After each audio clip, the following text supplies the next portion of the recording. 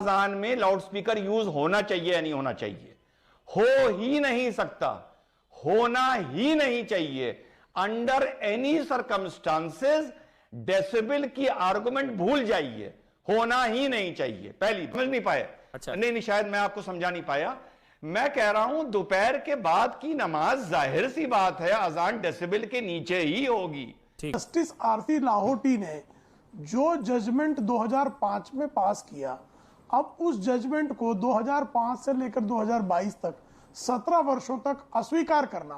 राज ठाकरे अगर ये कहते हैं कि भाई अजान बंद कर दो, लाउड स्पीकर पर बजाना, वो तो कहते हैं तो ये कहना कि नहीं वो जो है समाज में विद्वेष। सर नहीं, जय हिंद वंदे मातरम, जय हिंद वंदे मातरम, अस्सलाम वालेकुम। जी बिल्कुल, जी हाँ। देखिए अमन भाई, आज़ान को बिल्कुल प्रैग्मेटिकली अगर मैं डिवाइड करूं, मैं एक तो ये 5 अजान को मैं 2 में डिवाइड करूंगा। एक मैं करूंगा सुबह की फजर की अजान को, और बाकी मैं करूंगा 4 अजान को जो 1 बजे, 4 बजे, 6 बजे और समझ लीजिए 7:30 बजे होती हैं। तो जो फजर की अजान है उसके लिए तो कोई आर्गुमेंट होना ही नहीं चाहिए, जो सुबह 4 से 5 के बीच में होती है, कि इस अजान में लाउडस्पीकर यूज होना चाहिए या नहीं होना चाहिए। हो ही नहीं सकता, होना ही नहीं चाहिए। अंडर एनी सरकमस्टांसेस डेसिबल की आर्गुमेंट भूल जाइए, होना ही नहीं चाहिए। पहली बात। जो बाकी 4 अजान हैं, दोपहर की, शाम की, लेट इवनिंग की और 7:45 बजे की, उसमें तो एक आर्गुमेंट हो सकता है कि हाई कोर्ट ने क्या बोला, सुप्रीम कोर्ट ने क्या बोला, डेसिबल कितना होना चाहिए वगैरह वगैरह। पहली बात।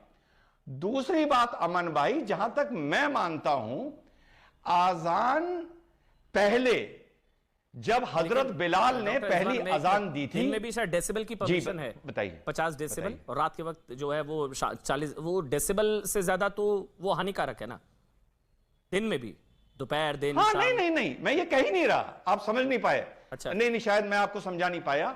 मैं कह रहा हूं दोपहर के बाद की नमाज जाहिर सी बात है अजान डेसिबल के नीचे ही होगी। ठीक। मैं कह रहा हूं पर वहां पर ये डेसिबल का चक्कर है। सुबह तो मैं कह रहा हूं कोई चक्कर ही नहीं है। परमिटेड डेसिबल 50 हो और सुबह की अजान 10 पे हो रही हो, वो भी नहीं होनी चाहिए।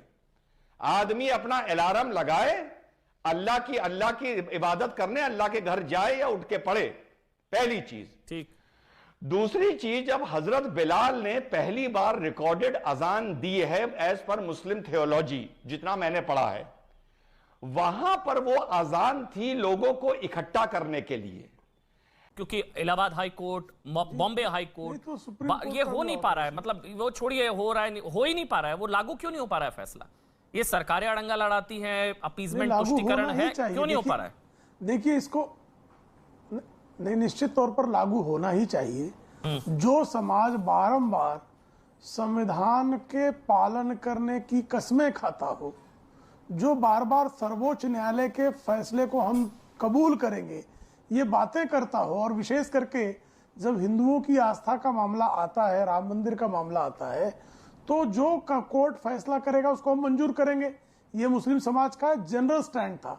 वही मुस्लिम समाज जब अजान के संदर्भ में ध्वनि प्रदूषण के मुद्दे को लेकर जस्टिस आरती लाहौटी ने जो जजमेंट 2005 में पास किया, अब उस जजमेंट को 2005 से लेकर 2022 तक 17 वर्षों तक अस्वीकार करना।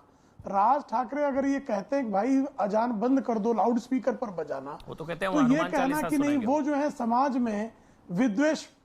नहीं, निश्चित तौर पर देखिए, प्रतिक्रिया की बात कर रहे हैं। वो प्रतिक्रिया की बात क्यों कर रहे हैं? वो क्रिया बंद नहीं हो रही है। क्रिया बंद क्यों नहीं हो रही? क्योंकि एक मुस्लिम तुष्टीकरण प्रशासन के दिमाग में गहरे बैठा हुआ है कि हमको मुस्लिम समाज को कानून और संविधान के अनुपालन के लिए उनको दायित्व बोध नहीं कराना है। तो इसके कारण विविध राज्यों में। अच्छा, मुझे बताइए, राज्य छोड़िए, मुझे बताइए मकसद क्या है इसका मकसद क्या है शोर मचाने का? मतलब मकसद क्या है? क्योंकि ये मेरे लिए शोर है, ये हिंदू मुसलमान का मुद्दा नहीं है, ये कहीं और से भी शोर होता है, तो मेरी नजर में शोर है। शोर क्यों मचाना है? इसका मकसद क्या है? मकसद साफ दिखाई देता है। हाँ जी, रिलीजियस सुप्रीमेसी, जैसा रिजवान जी ने कहा। अच्छा। बार बार ये कहना कि एक हमारे अल्लाह के अलावा और कोई भगवान नहीं है, यानी मंदिर वालों, चर्च वालों, गुरुद्वारे वालों, बुद्ध विहार वालों, जैन मंदिर वालों, ये सुन लो कि एक हमारे अल्लाह के अलावा और कोई भगवान नहीं है। ये बार बार लोगों को बता रहे हैं, इसके अलावा और क्या मकसद हो सकता है? इसके अतिरिक्त कोई मकसद हो तो यहाँ मुस्लिम स्कॉलर बैठे हैं, बता दें। ये तो अतीकुर रहमान, ये सवाल है, ये मैं भी पूछने वाला था कि जो अजान होती है उसमें जो कहा जाता है उसमें अल्लाह सबसे बड़ा है, और फिर कहा जाता है कि इला इल्लल्लाह, कि अल्लाह के अलावा कोई इबादत के लायक नहीं है। ये चलिए ठीक है, अल्लाह सुप्रीम है, आप लोग मानते हैं, अच्छी बात है, आस्था है, कोई सवाल नहीं उठा रहा। लेकिन दूसरे को ये सुनाना कि अल्लाह के अलावा कोई इबादत के लायक नहीं है, लाउड स्पीकर से जबरदस्ती उसको सुनाना, ये आस्था, ये उनकी आस्था को चोट पहुंचाना नहीं है। लाउड स्पीकर से ये बात पहुंचाना, उनको बताना कि नहीं तुम्हारा वाले इबादत के लायक नहीं है, हमारा वाला ज्यादा, और इसके अलावा कोई नहीं है, ये गलत नहीं है। लाउड स्पीकर से अतीकुर रहमान, शोएब जमाई भी जुड़ गए हैं जी। मतलब धार्मिकता थोपना, जबरदस्ती आपके कानों में कोई सुनाए, जबरदस्ती थोपना, धार्मिकता थोपना, ये मेरा सवाल है। अतीकुर रहमान। अल्लाहु अकबर, अल्लाह इज ग्रेट, ला इलाहा इल्लल्लाह आप गलत मतलब निकाल रहे हैं। अच्छा, कोई दूसरा खुदा इबादत के लायक नहीं है, ऐसा नहीं है। ला इलाहा इल्लल्लाह, नहीं कोई माबूद अल्लाह के सिवा। इबादत आप करिए जिसकी इबादत करना है।